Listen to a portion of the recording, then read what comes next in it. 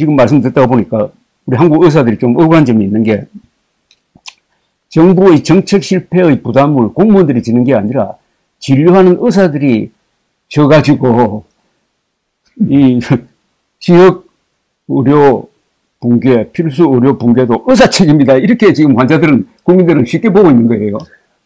그러니까 이에 대해서도 정확하게 알아야만 됩니다. 의사 선생님들은 진료를 열심히 해가지고 환자 병 고쳐주면 됩니다. 예. 그 병을 고쳐주면 되고, 그 체계를 만드는 것은 이런저런 전문가들의 그렇죠. 의사들의 얘기를 들어서 정부가 도로망을 만들어줘야 되는 겁니다. 그렇죠. 도로망을 만드는 건 의사가 만드는 게 아니죠. 행정가가 하는 거죠. 행정가가 하는 게 정책 당국이 하는 거기 그렇죠. 때문에 의사들인 그 면에 있어서는 굉장히 억울할 겁니다. 아마 억울하게 생각할 거고. 또 하나는 우리 국민들이 좀 저는 저희 집안에 아무도 없습니다. 아무도 없습니다. 내가 한번 의사를 편들려고 하는 부분이 아닌 게, 왜냐하면은 의사는 진료만 하면 돼요. 열심히 진료해가지고 환자 병 고쳐주는 것이 본연의 임무입니다. 그 병을 잘 고쳐줄 수 있도록 체계를 만드는 것은 정책 전문가들이 해야 되는 건데, 이 부담까지를 우리가 참 억울하게 생각할 겁니다. 의사들이? 다만, 처음에 77년도에부터 의료보험을 댈 때, 의사들이 굉장히 반대를 했습니다. 반대했군요, 처음에.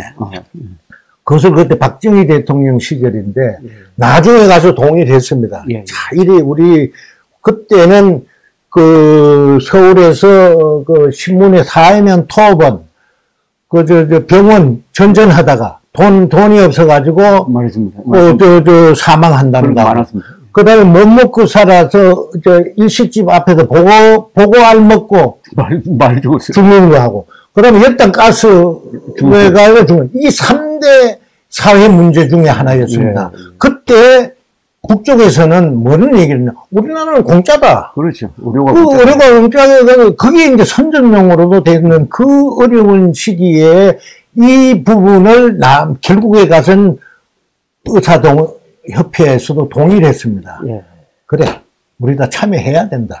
그 다음에 경제계도 동의를 했습니다.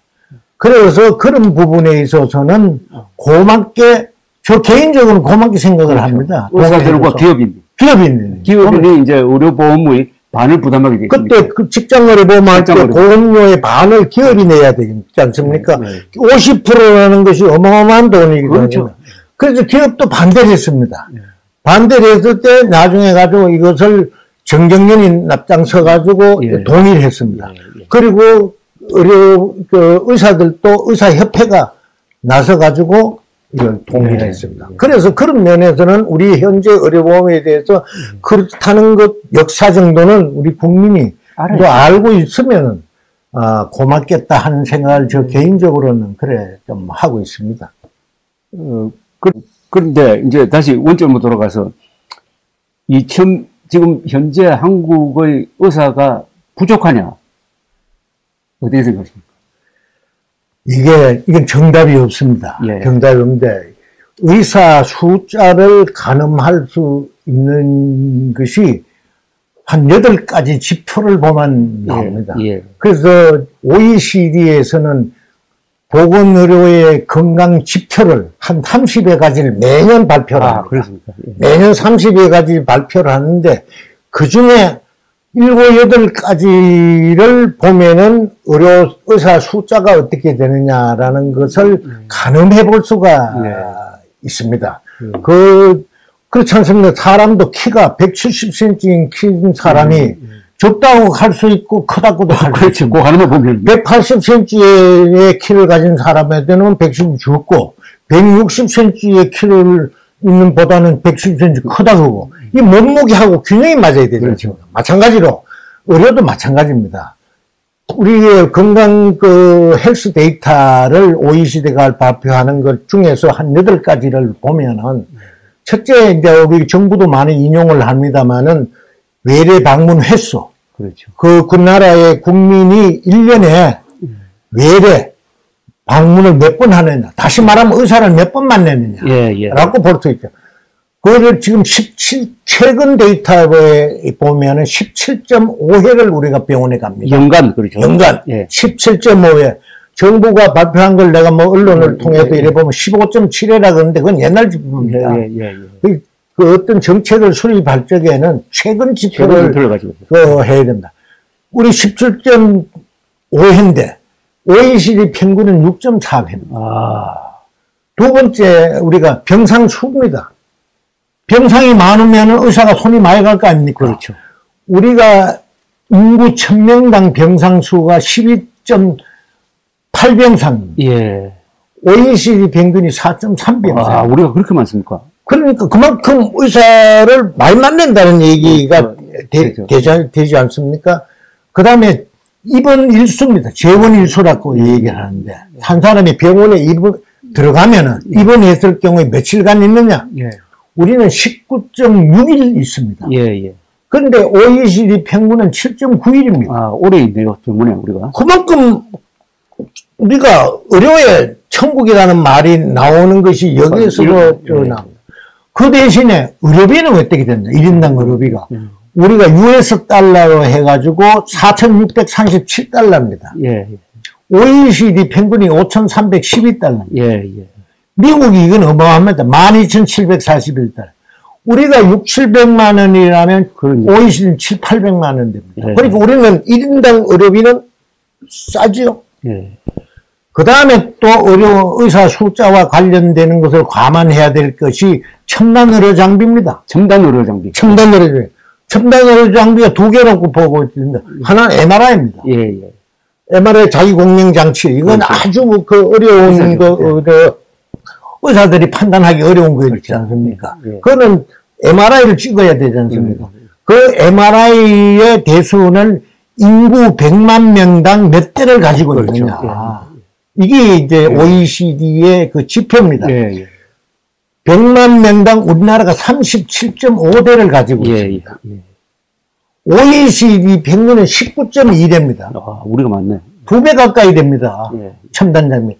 CT, 그 다음에 MRI도 그것도 CT, 허리 척추 같은데 예, 예. CT 찍고 하지 않습니까?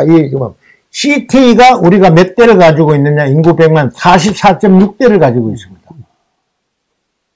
OECD 평균은 29.6대입니다. 예. 우리가 이것도 훨씬 많죠. 많죠. 두 배 가까이는 많습니다.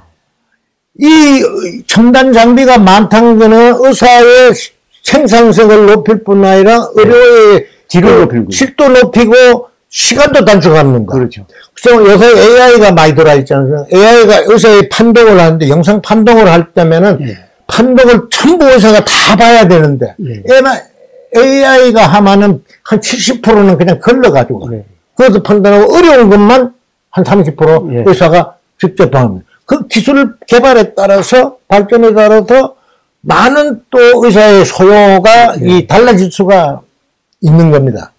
그 다음에 이 중요한 하나의 최근에 지표가 나온 걸 보면은 우리의 GDP 대비 경상의료비입니다. 예, 예, GDP. 예. 의료비는, 그러니까 많으면은 GDP 경상의료비에서 의료비는 주로 건강에 쓰이니까 소모적인 거, 그렇죠. 소비적인 거 아닙니까? 그러면 생산적인데 그렇죠. 투자가 적을 수밖에 없잖아요. 그렇죠. 그것이 우리가 역사상 처음으로 GDP 대비 경상의료비가 우리가 9.4%입니다. 예. OECD 평균이 9.2%입니다. 능가했습니다. OECD를 능가했네요. 능가해. 2005년도에 OECD의 평균이 7.8%였습니다. 2005년도에. 예. 그때 우리나라의 GDP 대비 경상이 4.5%였습니다. 아, 놀라운 증가네요. 엄청난 증가죠. 2021년도만 하더라도 우리가 OECD 우리의 평균이 GDP 대비 경상의료가 9.3%였습니다. 예, 예. 근데 OECD 평균은 9.7%였습니다. 예. 그 역전됐죠. OECD는 낮아졌고 낮아지고 또 올라가는데 여러 가지 요인이 있습니다. 경제력이 상상될 수도 있고, 경제력이 저하돼서 그럴 수도 있고, 의료비가 증가돼서 그럴 수도 있고, 여러 가지 요인이 있죠. 그건 더 분석이 필요한 거지만은, 이러한 7, 8가지, 이를 가지고 의사 숫자가 어떠냐를 봐야 되는데, 우리가 의사 숫자는 OECD 평균이 3.7명입니다. 예. 우리는 2.6명입니다. 예, 예. 1명 정도 적죠? 예, 적죠. 그런데 2012년도, 지금부터 10년 전에, 우리가 얼마냐? 2.1명이었습니다. 예. 그때 OECD 3.2명이었어요. 예, 예, 예. 그러면 90년대는 아마 1.5명 내지가 때 2.5명. 그렇게 한 1명이 적은 것이 90년대부터 계속 지금까지 왔는데, 그러면 이 의사 수가 적어서 지금 이 사태는 아닌 것이 그렇죠. 분명하게 됐잖아요. 예, 통계적으로 그렇죠. 나오지 않지. 그래서 이런 것을 보고 의사 수가 가늠을 하는 겁니다. 여긴 정답이 없습니다. 해답이 있을 뿐이지, 예. 그 나라마다 해답이 다르죠. 그 나라의 경제력 수준, 인구 숫자, 그 다음에 증가율, 국민 소득 수준, 이 모든 것을 봐서 많다, 적다를 해야 되지. 이것을 단순하게 OECD가 3.1, 우리는 1명 적다.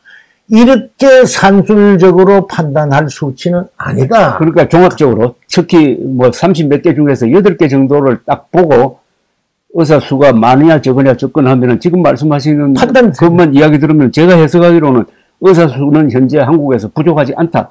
저는 그렇게 결론을 내리겠는데요.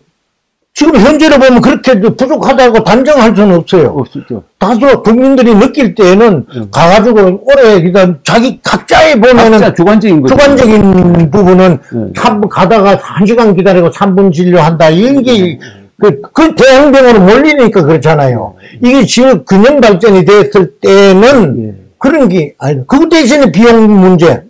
그 다음에 비용 문제가 왜 GDP 대비 경상여로비가 역전됐느냐. 비급여라는 걸 막고 실손보험을 전부 병원에 요번에 가보십시오만은 실손보험 들었습니까? 안 들었습니까? 그게 간밀히 무슨 실손보험 들었다가 막 그거 합니다. 그게.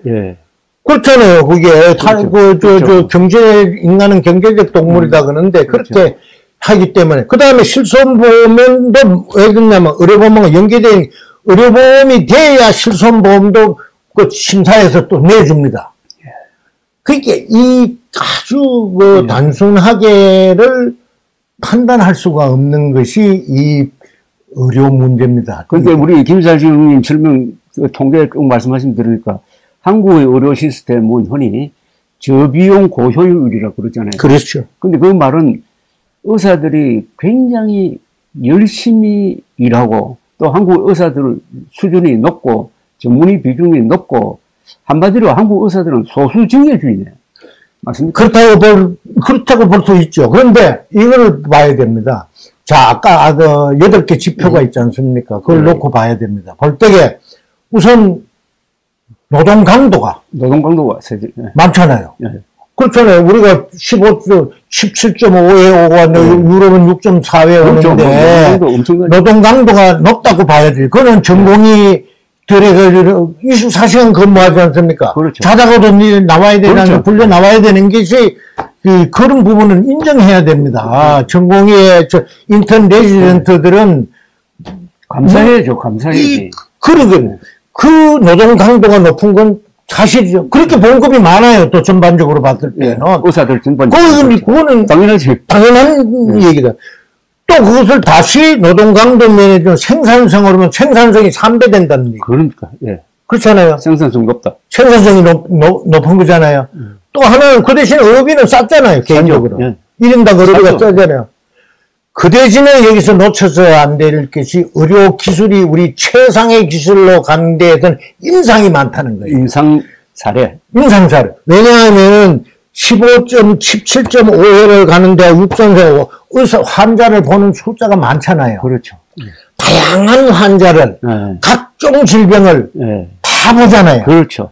그러니까 이 의료의 최신 기술이 세계적 우리나라 의료 기술이라고 하는 것이 여기서 나오는 겁니다. 의료 기술이 축적이 된 겁니다. 예. 이 부분은 전부 간과하고 있는데, 간과하고 있는데 의료 기술이 축적이 되어 있고 그 덕분에 세계적 다국적 회사가 우리나라 대학병원에 신약을 개발할 적에 임상 실험을 제일 많이 맡기는 나라가 우리나라입니다. 그 수입도 괜찮겠네요.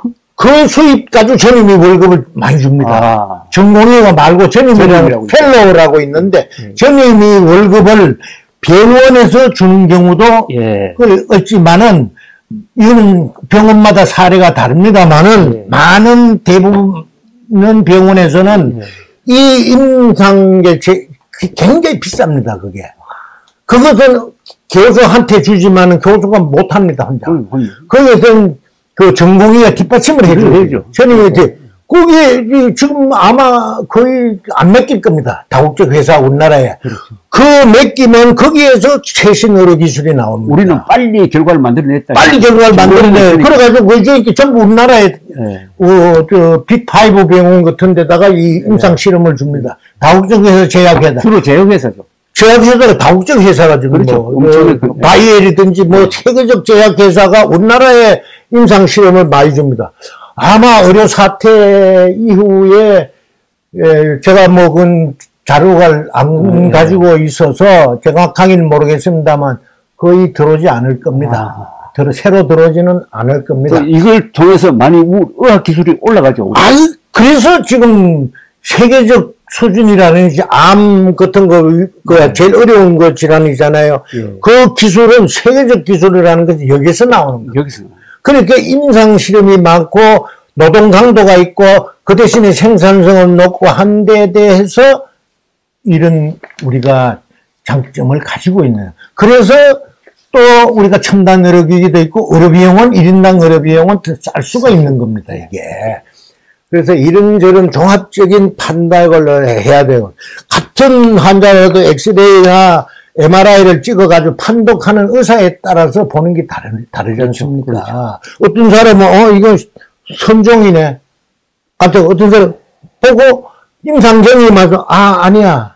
이거는 과거에 이런 환자를 봤을 때 이거는 악성으로 변성이 있어. 그러면 도려내. 이런 부분이 나오는 겁니다. 그래서 이 의사의 숫자라는 것은 굉장히 신중해야 됩니다.